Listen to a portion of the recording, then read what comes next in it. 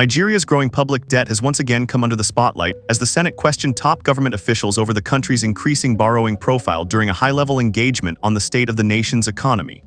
The session brought together the Minister of Finance and Coordinating Minister of the Economy, Wale Edun, and the Chairman of the Presidential Committee on Fiscal Policy and Tax Reforms, Taiwo Oyedele, who appeared before lawmakers to explain the rationale behind the government's borrowing strategy. During the meeting, senators expressed concern over the rapid increase in Nigeria's debt stock and the long-term implications for economic stability, national development, and future generations. Implementation of a budget is a function of the revenue that government was able to collect.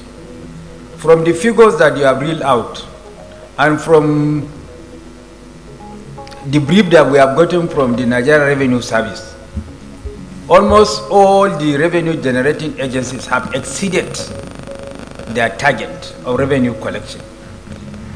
If we have exceeded the target of our revenue collection, it is inherently contradictory for government to woefully fail to implement the budget. Where are this revenue going to?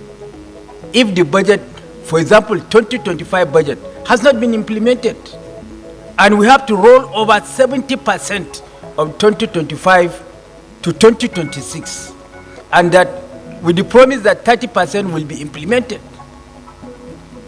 before March. Up to March, even 30% was not implemented. National Assembly has to extend the lifespan of the budget up to September to allow government to implement just 30% component of 2025 budget. The issue of 2026 have not arisen completely, has not arisen. Has not even started up initial. It has not even arisen. So, don't you think is it not contradictory? Or where are these revenues going to? When this government came in, it inherited, I think, over 75 trillion naira. Now it has added almost 75 to 80 trillion naira in borrowing. And despite this, budget implementation is nowhere where we want it to be, as said by the Chief Whip of the Senate. We have not even started implementing the 2026 budget. For external loans, we always need the approval of the National Assembly. So what tends to happen is, when we get the approval of the National Assembly, the media would rightly report it.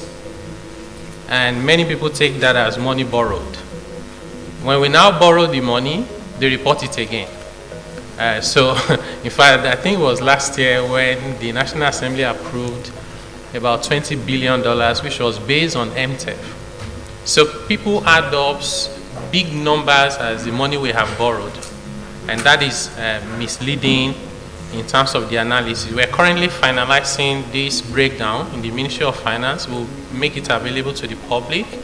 It will show how much the National Assembly approved and how much of that we have borrowed and how it has been spent.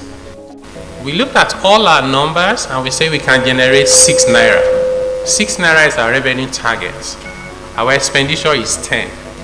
If we end up generating revenue of 7 naira, we will say we have exceeded our revenue target. It's not a lie. But we still need 3 naira to balance the budget because we need to spend 10. So this is the reason why both can coexist. Government can exceed revenue target and still have to borrow.